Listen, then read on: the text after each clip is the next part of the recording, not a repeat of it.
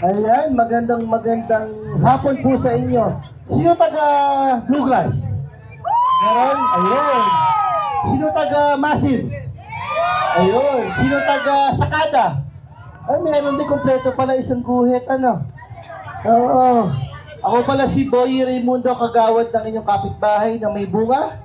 Siyempre po ako kagawad, anak po ko ni Konsihala, Cory Raimundo. Kira niyo si Cory Raimundo? Ay, yun ang aking nanay, ang tatay ko si Boy Raimundo. Pag pinagsama niyo si Boy at Cory, Boy po ang kalabasan nun, ha? May tanong lang ako sa inyo. Pag si Vice Mayor Dodot ba nag-house tours at pinagpawisan, pogi pa rin? Diba? Droppings. Pero nung ako naglakad pinagpawisan ako mukha akong roll-on. Para ako naglalakad na Rexona. O, gwapo pa rin daw. Buti may pants ako kahit isa.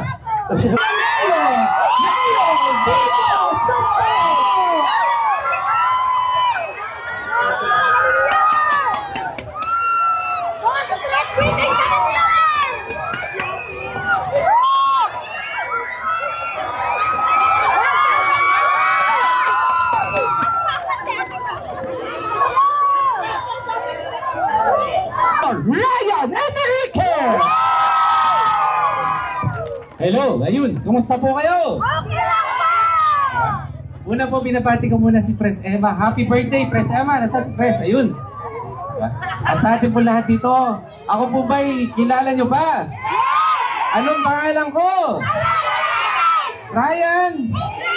Ayun, si Consi Warren po ba kilala nyo pa? Number one! Number one! Mahal Diba? namin yan! Alam niyo naman po ang kinahinatnan namin ni Consi Warren noong 2022, di po ba? Ano? Wala. Alam niyo kung bakit nga kami ni Consi Warren noong 2022? Sabihin niyo po, bakit? Kasi po in-straight niyo ang gate. Konsehala Angelo De Leon! Magandang gabi sa inyong lahat. Tita Emma, happy birthday. Birthday mo pala ngayon, happy birthday. Maraming salamat po sa napakainit ninyong pagtanggap sa aming giting ng Pasig. Palakpakan niyo naman po mga sarili ninyo. Kukunin ko na rin yung pagkakataon. Magpapasalamat po ako sa inyo dahil noong 2022 po, ako po ay ginawa ninyong konsehal. Maraming salamat po. At hihiling po ako kung pwede po sana round 2 bilang konsehal ninyo. Pwede ba? Yan. Alam ko rin na dito marami akong kabatchmates. Pero may mga bata rin nanonood ng pulang araw. Tama po ba? Hinahanap sa akin si Adelina. Sabi ko, huwag niyo siyang hanapin sa akin. Baka masampal ko lang siya. Pero alam ko, mas marami akong kabatchmate dito. Batang 90s, taas ang kamay. Sino may kakilala kay Peachy? Yan, sa TGIS. Maraming pa. President Ryan Inicencio! Magandang hapon, Glenn! At saka magandang gabi na rin mamaya! Ay, una bago ako mag-umpisa, alam ko dito sa Floodway, mahal na mahal niyo si Mayor Pico, tama niyo? Mayor, loves na loves. Saka si Congressman Romano Walo! At siyempre ang ating Vice Mayor, Donald Jaworski. Okay. So kilala niyo pa ako? Siyempre, ang dami kong kumpare rito ha. Oh, ang dami ko nang inaanak dito. Siguro mga 40. O, kilala niyo ako? Anong pangalan ko? Anong Warren Incenso? Warren Tosino! Ano ulit? Warren Tosino! Oh, Warren Tosino naman. Vice Mayor Bodo Jaworski! Okay, magandang gabi po sa inyong lahat. Salamat po sa inyong napakainit na pagtanggap sa giting ng Pasig. Patingin ko muna si Tito Emma, umanto na isang maligayang kaarawan. Happy birthday po, Tito Emma. Siyempre si Katon Ying din, birthday pala sa May 4. Happy birthday kay Katon Ying sa ating kagawad. Palakpakan niyo naman ang ating kagawad. Happy birthday po sa inyo. Salamat po ulit sa inyong presensya ngayong gabi. At kahit pa paano, maririnig niyo yung aming mga programa, aming mga plano, at magre-report na rin po kami sa inyo. Alam niyo, sandali na lang.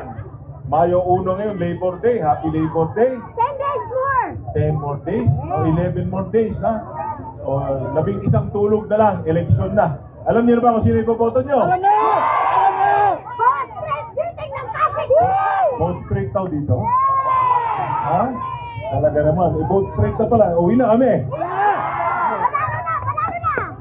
Hindi, alam nyo, kailangan ko po explain, no? Kasi ito, napag-usapan na po, no? Kung ano ba talaga ang paninindigan ng Giting ng Pasig. Ito po ay ang plataforma ng isang mabuting paggogobyerno o good governance, di ba? Explain ko lang sa inyo kung ano ba talaga ang nadudulot ng good governance. Kasi minsan po, isang termino to na madaling gamitin, pero minsan mahirap po natin namnamin, ano? Kaya bigyan ko kayo ng mga performance na lang ni Mayor Vico simula nung siya ay napupo bilang mayor.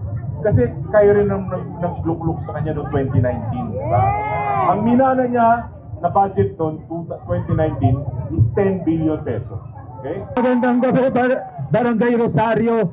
Alam ko po, pagod na rin kayo, mag-aalas 7 na. Hindi na po natin, gutom na. Hindi na po natin hahabaan. Una lang po, gusto ko lang po masigundahan yung sinabi ni Vice Mayor Dodot Jaworski. Sa totoo po, lahat ng matagal na nandito sa lungsod ng Pasig, alam po ninyo na ngayon na professionalize na ang ating City Council. Ang bawat konsehal na nandito, nagtatrabaho na po sa sarili nila. Hindi na po nila hinihintay na sabihan pa sila ng Office of the Mayor. On their own po, nagtatrabaho na sila. Kaya marami pong programa. Pangalawa, yung binanggit ni Vice Dodot, na sa totoo, wala na siyang pinapadaan na pondo sa kamay ng kahit sinong konsehal o Vice Mayor. Malaking bagay po yun. Good governance po yun. Kaya kay Vice Mayor Dodot, maraming salamat. City Councilors, maraming salamat po. Ang dami nang Magandang gabi, Barangay Rosario. Kamusta po kayo? Yung mga nandito sa kaliwa, tabing kalsada, okay lang po kayo. Yung mga nasa kabilang side ng kalsada, ayos lang po ba kayo dyan? Yung mga nasa likod, gising pa ba tayo? Yung mga nakaupo, sila yung maaga, kaya sila po ay nasa VIP seats natin. Okay pa ba kayo? Ayos lang tayo. Binabati din natin ng mga nasa upper box. Rinig nyo naman po kami. Ayos. Sa kabila, meron naman lower box. Maraming salamat po sa napakainit na pagtanggap sa Giting ng Pasig. Nakakataba ng puso ang inyong mga sigaw, yung mga cheer po ninyo. Maraming salamat po talaga sa inyo. Ang layo na po ng narating natin bilang isang lungsod. Ang layo na po ng narating natin. Nung una po kaming nag-file ng kandidatura ni Congressman Roman noong 2019, medyo iba pa po ang sitwasyon natin dito sa West Bank. Naalala niyo pa po ba? Ito, mga bata, maraming salamat. Mamaya na tayo magsigawan. Baka hindi tayo matapos, baka magsasaing pa ko kayo. Okay lang po. Di ba, iiksiyan ko na lang po yung iiksiyan ko na lang po yung mensahe ko. Ano po? Huwag, habaan ko. Hanggang ating gabi tayo dito. Huwag ganun. Huwag po, kailangan din natin magpahinga kahit pa paano.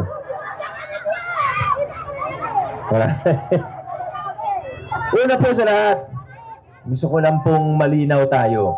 Tayo po, tinataguyod natin ngayon ng isang pamahalaan kung saan buhay na buhay ang mga prinsipyo ng mabuting paggogobyerno, mabuting pamamahala. Kasama po rito ang pagbubukas ng ating pamahalaan para transparent. Kita natin kung saan dinadala yung pondo natin hanggang sa huling sentimo. Kasama po rito yung pagtataguyod ng isang mapanlahok na pamayanan. Pwedeng sumali ang mga samahan, ang mga asosasyon, hindi yung kami-kami lang ang nakakaalam sa mga proseso ng ating pamahalaan. Ultimo procurement natin, meron tayong observer na ordinaryong mamamayan, tinitraining pa natin para mas maintindihan po nila. Tinataguyod natin ng isang pamahalaan na may pananagutan ang taong bayan. May pananagutan ang opisyalis sa taong bayan. Ang gusto po natin, tuluyan ng kalimutan yung nakaraan kung saan usong-uso yung takutan. Kung saan puro palakasan. Naglinis tayo ng pamahalaan.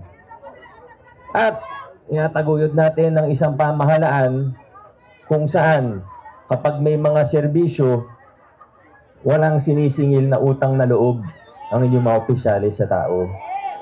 Mapapansin po ninyo, mga programa, mga proyekto natin ngayon, wala kayong makikita na Project of Mayor Vico Soto. Wala po, di ba?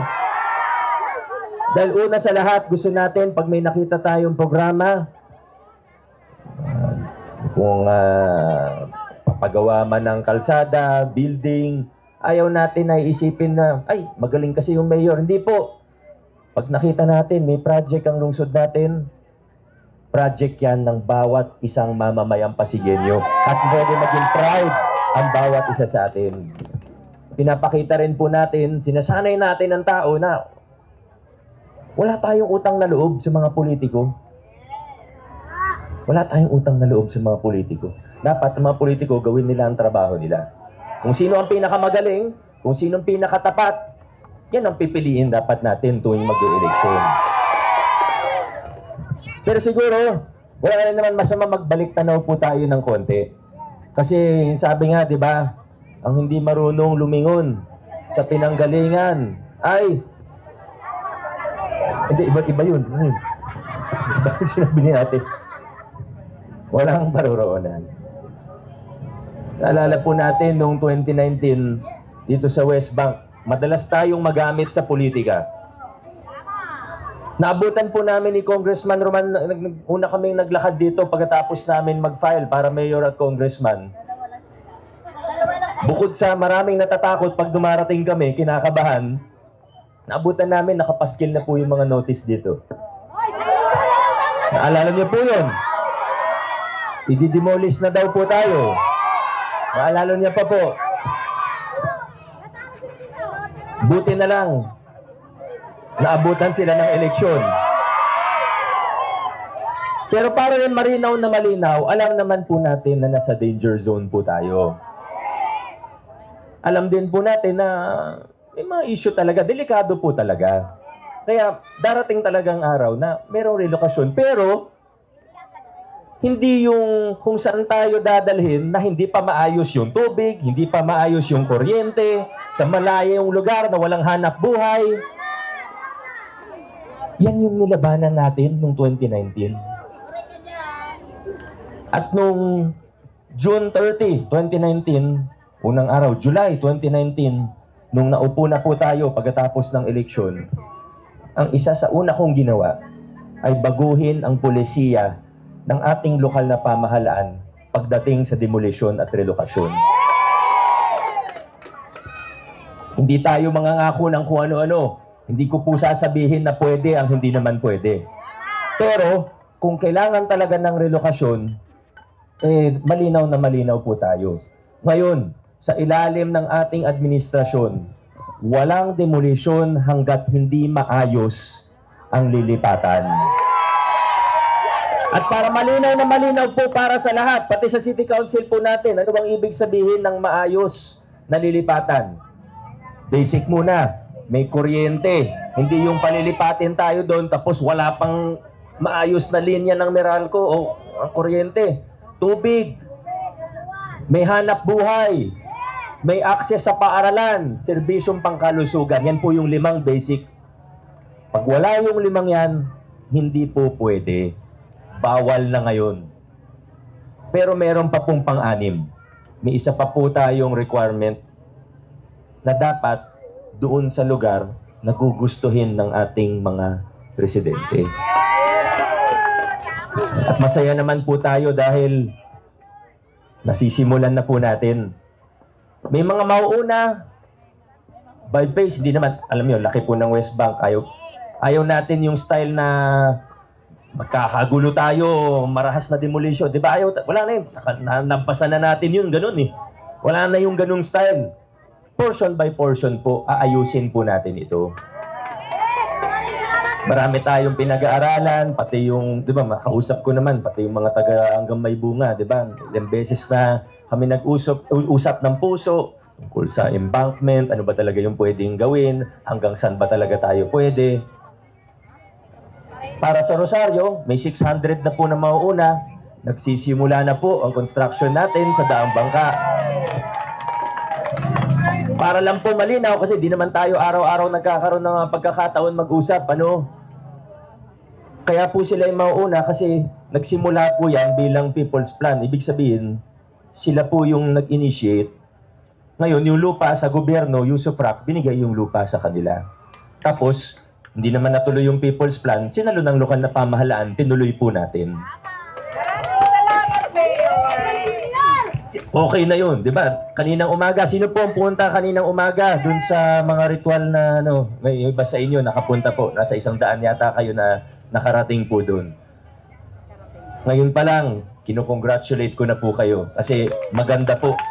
Pati yung mga pagkakamali sa mga unang pabahay, yung mga pwedeng improve dun sa mga unang pabahay, ito po sa ginagawa natin sa Daang Bangka, na correct na po yun. Kaya sigurado po, maganda po yun. Ngayon, para sa iba, hindi naman tayo lahat magkakasya sa Daang Bangka. Ano pong gagawin natin? Tandaan po natin ang issue sa Pinsalupa, hindi po ganun kadali. Kung madali, edi sana matagal nang naayos yan, di ba? Pinilit po natin na maghanap ng lugar kung saan hindi nyo na po kailangan lumayo pa sa Pasig. Para sa kaalaman ng lahat, nabili na po ng pamahalaan ang isang malaking piraso ng lupa. 12 hectares po yan. Ilang minuto lang po mula dito sa Barangay Kalawaan lang po, malapit sa boundary ng Taguig. Ganyan po tayo ngayon. Ganyan ang inyong pamahalaan ngayon. Tinitingnan ano ba yung problema? Ano yung mga issue? Ano yung kailangan gawin? Kung may problema, tingnan natin hanggang ugat. Ano ba talaga yan? Hindi yung kung ano-ano lang sasabihin, kung ano-ano lang ipapangako, na hindi naman talaga pinag-aaralan kung ano yung sitwasyon. Pag tayo may sinabi, hindi pangako. Hinasabi natin na pag-aralan na, kung hindi nagawa na, ginagawa na. Ganyan po ang inyong pamahalaan ngayon. Imbis na sa malayong lugar pa, may pagmamalaki natin sa lungsod ng Pasig. Baka ito na yung pinakamalaking in-city na relocation. Dahil yan po ang narinig ko mula sa inyo. Kung nakausap ko po kayo, karamihan ang sinabi, kung magkakaroon ng relocation, kung kailangan talaga, sana yung sa malapit lang. Nagawa po natin, nakabili tayo ng lupa na hindi sa malapit lang, sa loob mismo ng Pasig. At hanggat hindi ready yun, huwag kayo mag-alala. Safe na safe po kayo. Walang problema. Kanina po, nanggaling kami sa Ismar, sa Kalawaan. Iba naman po siyempre yung sitwasyon doon. Doon, hindi naman danger zone. Pwede. As is where is. Pero 4 na dekada rin nilang pinoblema yun. Kagabi, nasa Tambacan dos po kami sa Barangay San Miguel. Ganon din po. Ibang sitwasyon din. Mahigit 4 na dekada rin silang nakipaglaban doon. Naayos na rin po natin. Medyo iba rin yung sitwasyon doon. Hindi pwedeng as is where is. Pero sila pa rin yung beneficiaryo. Doon naman on-site ang gagawin. Makikita niyo po ang inyong pamahalaan. Hindi kami basta magsasabi lang ng kung ano-ano. Kasi alam niyo sa totoo lang, para sa kandidato, napakadaling mangako. Lalo na't napakadaling, laway lang puhunan eh. Pwede ako mangako ng kung ano-ano, papatayo ng ganyan, papatayo ng ganito, na hindi naman inaaral kung ano talaga yung sitwasyon. Kailangan kung ano yung solusyon natin, kung ano yung programa, kung ano yung proyekto, kailangan nakalapat sa sitwasyon na tunay. Hindi yung kung ano-anong kathang isip lang na ipapangako ang langit at lupa para lang may masabi. May naririnig po kasi ako na nangako, hindi lang langit at lupa, pati ibang planeta pinapangako na sa atin. Buti na lang, ang mga Pasigenyo, mula sa West Bank hanggang sa buong Rosario, hanggang sa buong Pasig, buti na lang ang mga Pasigenyo, hindi madaling bulahin. Ang Pasigenyo, mapanuri, ang Pasigenyo, matalino, nag-iisip. Totoo po, di ba? Pag pinakinggan nyo ang mga nagsasalita, ako man yan, o ibang kandidato, tinitingnan nyo, totoo ba yung sinasabi niya? Tama ba yung sinasabi niya? Mapanuri tayong mga Pasigenyo. Tama po ba? Hindi ko na masyadong habaan. Kasi baka magkatotoo yung gusto mo talaga hanggang hating gabi tayo dito? Sa totoo, marami pa akong gustong ikwento sa inyo. Pwede natin pag-usapan yung mga ginawa natin para sa senior, yung expansion ng local senior pension, yung sa solo parents natin, may allowance na, isa tayo sa unang nagpatupad niyan, yung scholarship, may Pag-asa Scholar pa tayo ngayon, talagang palaki ng palaking scholarship ng lungsod ng Pasig. Yung mga ibang proyekto natin sa lahat ng iba't ibang barangay po natin, yung mga benepisyo ngayon, gaya ng libreng cremation at marami pa pong iba. Parang ayaw niyo yung libreng cremation Kaya banggit ko lang, kasama yan siyempre sa programa natin, yung sa ospital natin, yung pag-expand ng Children's Hospital para mabawasan ang PCGH. 60 bed, ngayon 120 beds na, pati yung emergency room nilalakihan. Marami pa po tayong pwedeng pag-usapan. Pero issue shortcut ko na lang po. Tayo po sa lungsod ng Pasig, malayo na po ang ating narating. Kaninang umaga, pagkagising ko, bumangon ako sa kama. Sumalubong sa akin si San Pedro. Ay, teka, iba. Mali. Malito na ako sa kwento ni Congressman Roman. Ay, San Pedro, wag muna. Hindi, alam nyo, ang layo na narating natin bilang isang lungsod. Sa kasamaang palad, may iilan na gusto tayong bumalik sa mga lumang kalakaran. Siguro kasi mas nakikinabang sila dun sa mga lumang kalakaran Dalawa lang yan, sila yung nakaupo o sila yung mga kontratista. Isa lang sa dalawa yan. Sila yung mga kadikit nun. O baka may pangatlo, yung mga nababayaran Pero ibang usapan na po siguro yun. Ngayon, sa akin, alam niyo po, hayaan mo sila kung anong gusto nilang gawin, kung anong gusto nilang sabihin. Basta tayo, alam natin kung nasa na tayo ngayon bilang isang lungsod. Alam natin kung ano yung pinagdaanan natin. Alam natin kung ano yung tinalikuran natin na kalakaran. Tandaan po natin, hindi milyon lang pinag-uusapan dito, kundi bilyon. Kaya huwag tayo magulat kung yung mga nakikinabang nun, talagang gigil na gigil, gustong-gusto na nila makabalik sa pwesto. Pero tayo bilang mga Pasigenyo, naniniwala po ako na ayaw na nating bumalik dun sa mga lumang kalakaran. Noong 2022, malaking tulong po ang binigay niyo sa akin dahil hindi lang po sa congressman, kundi pati sa vice mayor at sa mga konsyal, binigyan niyo ako ng mayorya. Mas marami akong nagawa dahil kasama natin ang majority ng council. Mas marami pa tayong magagawa kung yung 6 sa Distrito 2 at 6 sa Distrito 1 ay kasama rin po natin. Ang hirap po, padiretso tayo. Isipin nyo, nasa sasakyan tayo. Yung driver gustong dumiretso. May isang pasahero na inaagaw yung manibela, gustong lumiko. Disgrasya po yun. Wag po sana ganun. Isipin mo, gusto natin maayos na pamamahala, tapat. Pero may humihingi ng kickback sa kontratista. Gusto nila may porsyento kasi dati daw may ganun. Sana yung mga kasama natin, yung mga pipiliin po ninyo, ay hindi dahil sa kaibigan natin, kundi dahil kapareho natin sila ng prinsipyo.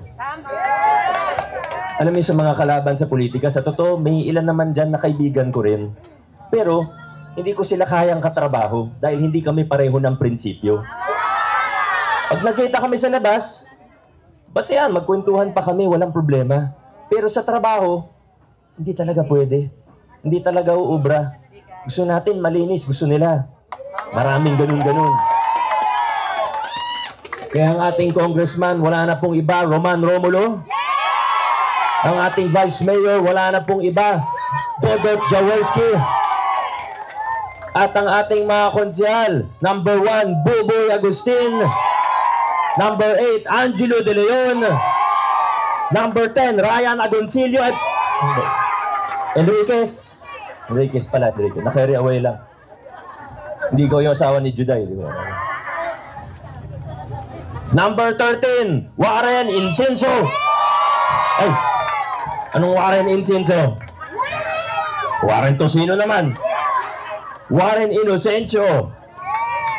Number 14, Maro Martires. Hindi Marites ha, Martires. Number 15, Boy Raimundo. Marami na tayo nagawa, malayo na ang ating narating. Pero marami pa tayong kailangan gawin. Paiigtingin pa natin ang mga nasimulan ng pagbabago. Palalakasin pa natin ang mga programa, proyekto na nandirito na at marami pang bagong parating. Di na para mangako pa ng kung ano-ano. Basta kung kayang gawin, kung pwedeng gawin, gagawin na lang po natin. Dahil dito sa lungsod ng Pasig, hindi na po tayo liliko. Mas lalong hindi tayo U-turn pabalik sa mga lumang kalakaran. Dire-diretso lang tayo, pasulong ang lungsod ng Pasig. Paabante tayo mga kaibigan. Maraming salamat. Mabuhay ang lungsod ng Pasig.